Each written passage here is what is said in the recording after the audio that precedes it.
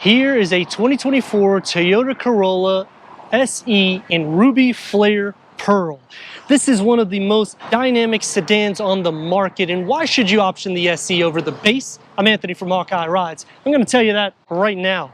LED headlights and daytime runnings. You're only going to get LED daytime runnings on the LE. The Sport Mesh grille starts on the SE and it works up to the Nightshade Edition and the XSE. So you have a horizontal bar layout. It's going to be more simple for the LE. It's going to be more dynamic for the SE. Underneath the hood is not going to pack performance. It's a 2.0 liter four-cylinder with 169 horsepower. I know it doesn't sound like a lot, but it doesn't weigh that much, and 151 pound-feet of torque. Compared to a CVT transmission, and you're probably going to stop right there and say, whoa, I don't want a CVT transmission.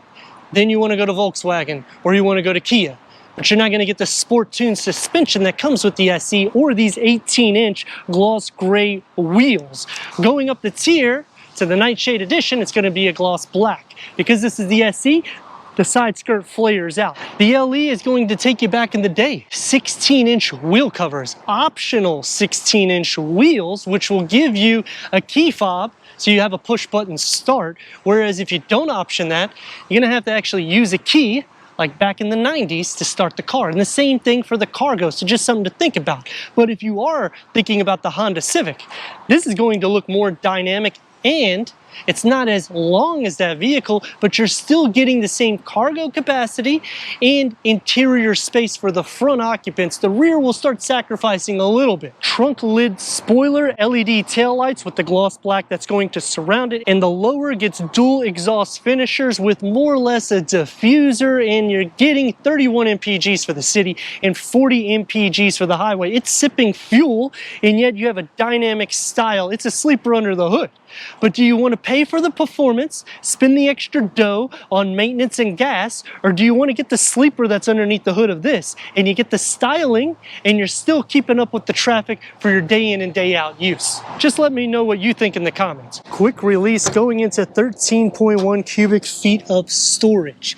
Underneath the floor gets a spare tire, and you can split fold the rear bench at a 40-60 split. You'll have about a 4-inch gap, but it will open up the cargo capacity to the Corolla. Let's go inside, start it up so you can hear that exhaust note.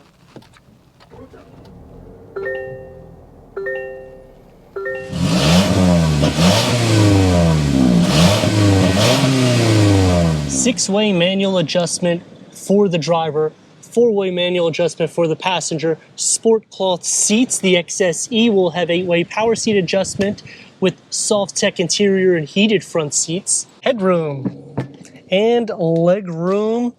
It's going to be more sporty inside. That's what you'll notice, starting with the dash design. It's a two-tier with the satin aluminum that's going to outline the whole middle trim to the air vents. 8-inch infotainment screen with wireless Apple CarPlay, Android Auto, Sirius XM, AM, FM, streaming Bluetooth audio, and even on the LE you get wireless Apple CarPlay. Put it into reverse and you get a reverse camera. The lines will not move. Climate control settings, wireless charger is only going to be on the XSE, otherwise you just have a storage area here with a USB port. Gloss black around the shifter with the driver mode select, which on the 4.2 you have Sport, Drive, and Eco. On the XSE it will be a 7-inch. Otherwise you can still go through your safety settings and all information for the driver, including a digital odometer.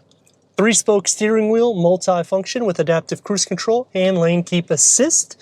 One thing that I like about the Corolla, this is pushed back, you can slide it forward. So if you're short and you're not tall like me, you can adjust this. It's going to be soft to touch, opens up, and you get a 12-volt and a USB.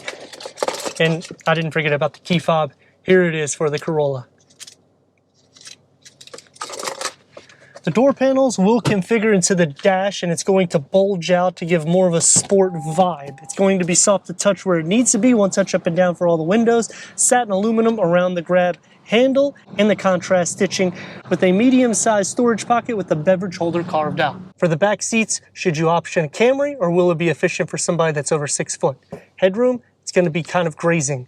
Leg space though is good, and this is at the position I was sitting. There isn't any storage behind any of the front seats.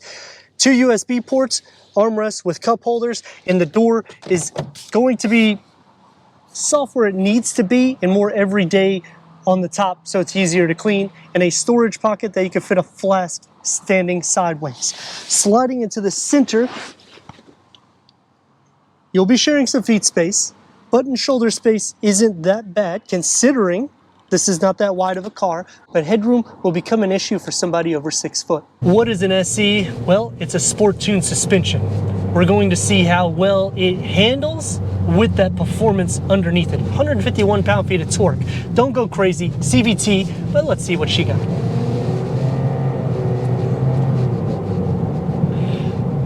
It's gonna put a little smile on your face. The 4-cylinder is not gonna sound like a V6.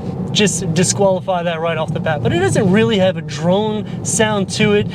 I could see somebody throwing an aftermarket exhaust on this because of how sporty the exterior sounds, and they're not going to be displeased with it.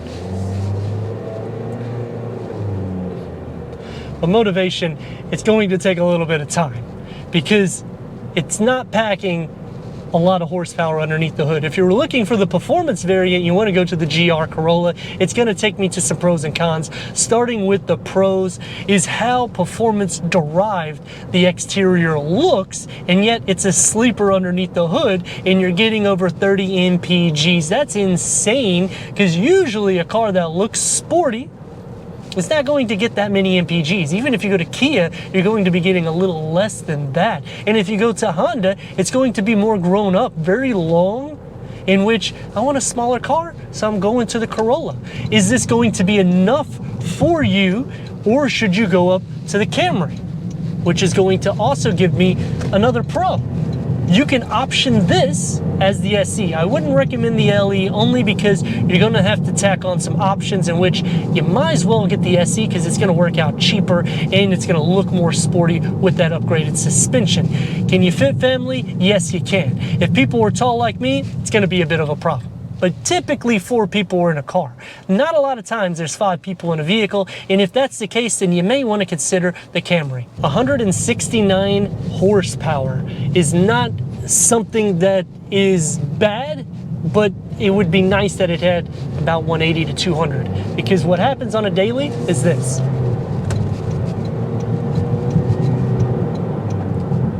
You're not 100% at the mercy of the people on the road because you still have motivation. Nowadays, cars are getting 8 and 10 and 15 seconds. I'm just joking on the 15 seconds. But it's insane how slow the vehicles have become and yet how expensive they have when they get performance underneath the hood, which is why this is that sweet spot of style and savings in your pocket. Some cons, it's slow. Let's face it, if you want some performance, you really need to exit the Corolla or go to the GR Corolla, and then you're unlocking 300 horsepower plus a suspension that's tuned, Brembo brakes, aerodynamics. 0 to 60 is like almost half the time of this, which is crazy. Some other cons about the vehicle is the back seat. They have made the seat cushion a little bit smaller than the last gen, in which it's already a small vehicle. If you keep making it any smaller, I'm not going to be able to even put my butt in the back. But on the Pro, if you're short, the center armrest moves up. It's not going to be the case in any rival. You're going to have an elbow rest. So at least Toyota's taking care of you there. Going back to the con, the infotainment screen is in my face. When they did the refresh, they could have configured this boat-like image for the dashboard and maybe threw the infotainment actually in the dash and put the air vents on the bottom, because most people are not going to go all the way up to the XSE. There's not usually a lot of them even on the lot. So a QI wireless charger, you're just going to be using that as a storage there in front, in which you're going to forget your cell phone 99% of the time. Some other cons is, as a tall person, your legs sit upwards. And because the cushions are not that long, it can get a little bit more tired because your legs are just kind of up in the air. These are not zero gravity seats. They're comfortable and the bolstering is fine. You got enough seat adjustments. 6 is more than enough, but you can only option power seats if you go to the XSE. Going against the rivals, this is going to look the most dynamic, except when you go into Volkswagen. The Jetta, you can still have some performance drive to it and some savings because Toyota has increased the price since they redid the vehicle a few years back. Going against Honda, Honda's looking a lot more grown up. I like Honda, but I would go to the hatchback, in which the hatchback of this is smaller. It's more like a two-seat car or like a very small family-oriented car, but I like that they offer you extra cargo capacity if you don't option the spare tire. Going against Kia, the Forte with the GT line looks very sporty, but in the inside it's starting to look a little bit more older. And to show you what I mean by some performance on this Corolla, it's gear ratio driven, but when you put it into sport mode opposed to eco or normal, it will change the ratio, so you're driving at a higher RPM. But let me know your thoughts in the comments. And if you're new to the channel, consider subscribing. Check out the next video, merchandise, website, and Instagram. Leave a comment and a like. And I'd like to thank Gettle Stadium Toyota for giving us this 2024 Toyota Corolla SE for our car review.